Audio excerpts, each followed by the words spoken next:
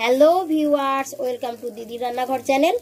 আজ আমি শেয়ার করব একদম ঝরঝরে ও সুস্বাদু বাসন্তী পোলাওয়ের রেসিপি।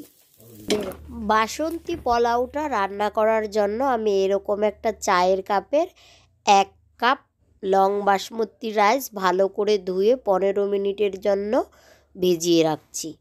15 মিনিট পর চাল থেকে জলটা ঝরিয়ে একটা খবরের কাগজে 10 মিনিটের জন্য এইভাবে ছড়িয়ে রাখছি।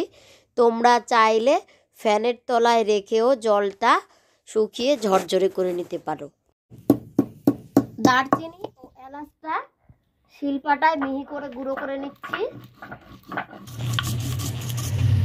এলাচ ও দারচিনিটা গুঁড়ো করা আমার হয়ে গেছে, এবার তুলে নিচ্ছি। 15 মিনিটে চালটা ভালোভাবে ঝরঝরে হয়ে গেছে, তো এখন তুলে নিচ্ছি। এই চায়ের কাপটা মেপে আমি চাল নিয়েছি, এখানে 250 গ্রাম চাল আছে।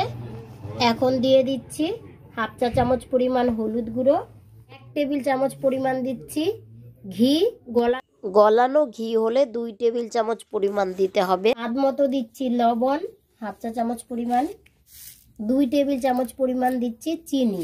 বাসন্তী পোলাওটা মিষ্টি মিষ্টি ভালো লাগে, তো তোমরা চিনি ও লবণের পরিমাণটা কম বেশি করে দিতে পারো। অনেকেই মিষ্টি খাবারে লবণের ব্যবহার করে না, সামান্য পরিমাণে লবণ ব্যবহার করলে নুন মিষ্টির ব্যালেন্সটা ঠিক থাকে।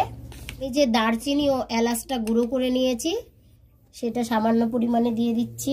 কিছু ভালোভাবে মাখিয়ে নিচ্ছি। আমি ওভেনে করব, তাই ওভেনটা জ্বালিয়ে নিচ্ছি। গরম কড়াইয়ে 1 টেবিল চামচ পরিমাণ ঘি দিয়ে দিলাম।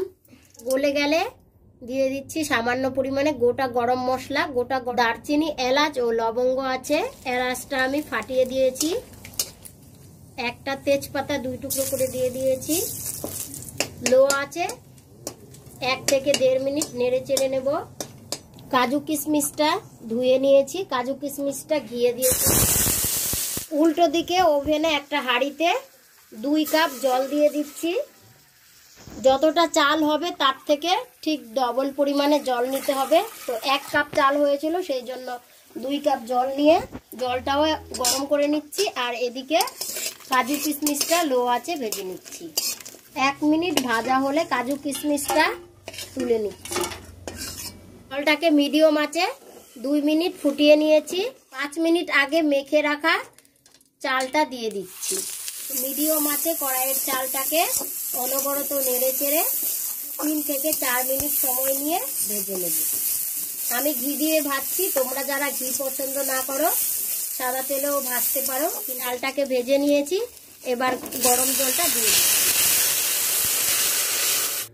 শিলপাটায় দারচিনি ও এলাচটা গুঁড়ো করে নিয়েছিলাম, সেই পাটাটা ধুয়ে অল্প একটু জল নিয়ে নিয়েছি ফ্লেভারের জন্য। এই পাটা ধোয়া জলটা দিয়ে দিচ্ছি না। এবার হাই হিটে 4 থেকে 5 মিনিট কুক করে নেব। হাই হিটে 2 থেকে 3 মিনিট কুক করা হয়ে গেলে ঢাকনা খুলে একবার নেড়ে দেব। মিনিট পর ঢাকনা খুলে নিচ্ছি, তো দেখো কিরকম হয়েছে। এবার ভেজে রাখা কাজু কিশমিশটা দিয়ে দিচ্ছি। আবারও সামান্য পরিমাণে ঘি দিয়ে দিচ্ছি। মানে এলাচ ও দারচিনির গুঁড়োটা একদম সামান্যই দিতে হবে। হালকাভাবে নেড়ে চেড়ে আবারও ঢাকনা দিয়ে 2 থেকে 3 মিনিট লো আঁচে কুক করে নেব। 3 মিনিট ঢাকনা দিয়ে কুক করে নিয়েছি। এবার ঢাকনা খুলে নিয়েছি, আবারও হালকাভাবে নেড়ে দিচ্ছি। এইবার ঢাকনা ছাড়াই আরও 2 থেকে 3 মিনিট কুক করে নেব। যখন পোলাওটা হয়ে আসবে এত সুন্দর ফ্লেভার বেরিয়ে আসবে, ফ্লেভারেই মন ভরে যাবে। তোমরা হয়তো ফ্লেভারটা পাচ্ছ না, কিন্তু যখন রান্না করবে নিশ্চয়ই পাবে। তোমরা চাইলে নুন মিষ্টিটা টেস্ট করে দেখে নিতে পারো, যদি কম হয় তো অ্যাড করে নিতে পারো। তো পোলাওটা রান্না করা আমার একদম কমপ্লিট হয়ে গেছে।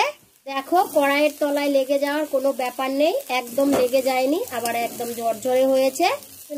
এখন পরিবেশনের পালা। পোলাওটা তোমরা চিকেন বা মটনের সাথেও খেতে পারো, শুধু শুধুও খেতে ভীষণ ভালো লাগে। দেখো পোলাওটা একদম ঝরঝরে হয়েছে। রেসিপিটা ফলো করে যে কেউ রান্না করে নিতে পারো। পোলাওটা নামানোর সাথে সাথে আমার মেয়ে খাওয়ার জন্য একদম জেদ করেছে, এত সুন্দর ফ্লেভার বেরিয়ে এসেছে। তো আমার মেয়ে এখন পোলাওটা খাবে, খেয়ে